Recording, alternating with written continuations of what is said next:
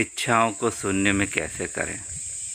जब तक हमारी इच्छाएं शून्य में नहीं हो जाती, हमारे किसी भी प्रकार का कोई लालच नहीं रहता मन में, किसी प्रकार की कोई इच्छा नहीं रहेगी मन में, तभी शायद हमें मोक्ष या मुक्ति मिल सकती है।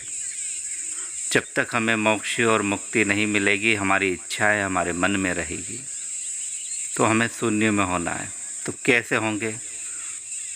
तो दो प्रकार हैं, एक शरीर का है, दूसरा आत्मा का है। तो हमारे मन जो है, हमारी मन की भावना जो है, वो किसी न किसी तरह शांत होनी चाहिए। जैसे मन में कोई इच्छा नहीं होनी चाहिए। हमारा शरीर को इच्छा होती है तो शरीर तो अपना कार्य करेगा। ये शरीर जो है, यही समय चक्र मान के चलो कि ये समय बदलाएगा बदलाएगा बदलाएगा, ठीक है। लेकिन हमें उस खील की तरह स्थायी रहना होगा, उस सुई की तरह। जिस प्रकार कांटे तो घूमते हैं लेकिन सुई वहीं रहती है, इस तरह हमारा मन होना चाहिए। तो ये शरीर तो घूमता रहता है, लेकिन जो सुई है मेन, जो हमारी आत्मा जिसे कह सकते हैं, जो कि हमारा मन कह सकते हैं, तो वो स्थायी होना चाहिए। वो ना तो घंटा बताना चाहिए, ना मिनट बताना चाहिए, ना सेकंड, वो स्थायी है। बस उसके आधार पर ये शरीर घूमना चाहिए। अब हम क्या करते हैं कि इस शरीर के साथ साथ आत्मा को भी घुमा डालते हैं। इस शरीर के साथ साथ हम आत्मा को भी अपवित्र कर डालते हैं। इसी कारण हमें भिन्न भिन्न प्रकार की योनियाँ मिलती हैं और भिन्न भिन्न प्रकार के पापों का दोष हमें मिलता है। तो हम मोक्ष को नहीं प्राप्त कर सकते हैं। तो ये जो शरीर है, इसका अपना महत्व है, आत्मा का अपना महत्व है। तो जो पाप शरीर से हो जाए वो शरीर को भोगना पड़ेगा, लेकिन जो पाप आत्मा से होता है तो वो फिर कहीं ना कहीं आत्मा को भी प्रताड़ित करता रहता है। तो कोशिश हमें यह करनी चाहिए कि हमारे मन में किसी के प्रति बुरा विचार ना आए, किसी के प्रति, हर व्यक्ति के प्रति सम्मान रहे, अच्छी भावनाएं रहे और हम अच्छे से अपना जीवन जी सके। उस सुई की भांति घड़ी की जो समय चक्र है, उस सुई की भांति हमें स्थायी रहना होगा, ना कि हमें कांटों की तरह घंटों में, मिनटों में, सेकंडों में बदलना होगा। नहीं, हमें स्थायी रहना होगा।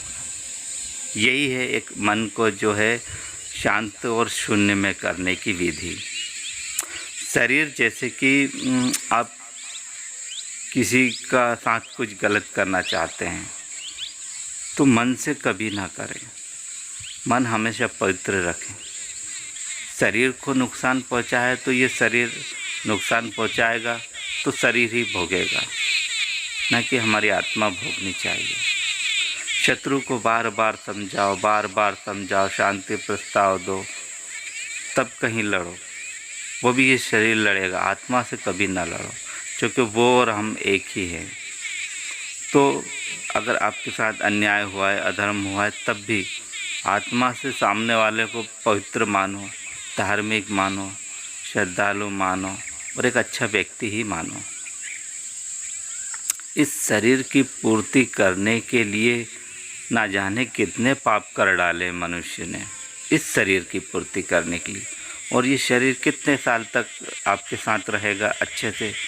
मेरा तो मानना यह है कि 16-17 साल तो जो है वो समझ ही नहीं आया कि इस शरीर का करना क्या है। और जब समझ आया कि इस शरीर का करना क्या है तो यानी 20 साल से ही मानो तो 50 साल तक आप इस शरीर का उपयोग कर सकते हैं।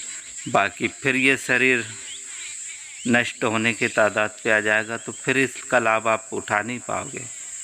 जो आपने उन 20 या 25 सालों में जो बुरे कर्म किए उसका भोगने के लिए शरीर तैयार रहेगा, ये कष्ट उठाएगा। तो कुल मिला के बात यह है कि हम इस शरीर पे ध्यान ना देकर आत्मा पे ध्यान दें, उस परमात्मा पे ध्यान दें, उस शून्य पे ध्यान दें।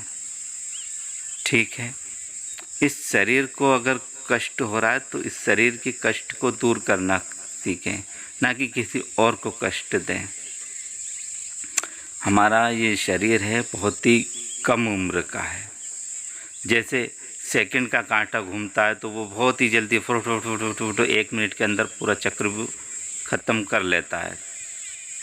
घंटे का कांटा मिनट का कांटा होता है तो वो भी लगभग 60 मिनट में जो है अपना चक्र पूरा कर लेता है।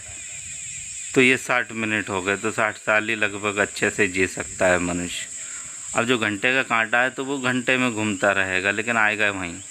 लेकिन जो हमारी आत्मा है, जो हमारी मन है, वो कहीं ना कहीं उस खील के भांति स्थायी है। तो हमें उसे नहीं घुमाना है, उससे नहीं छेड़ना है। अगर उसे छेड़ देंगे तो हमारा जो है वो आत्मा व परमात्मा सब कुछ नष्ट हो जाएगा। ठीक है, तो मन को शून्य में रखो।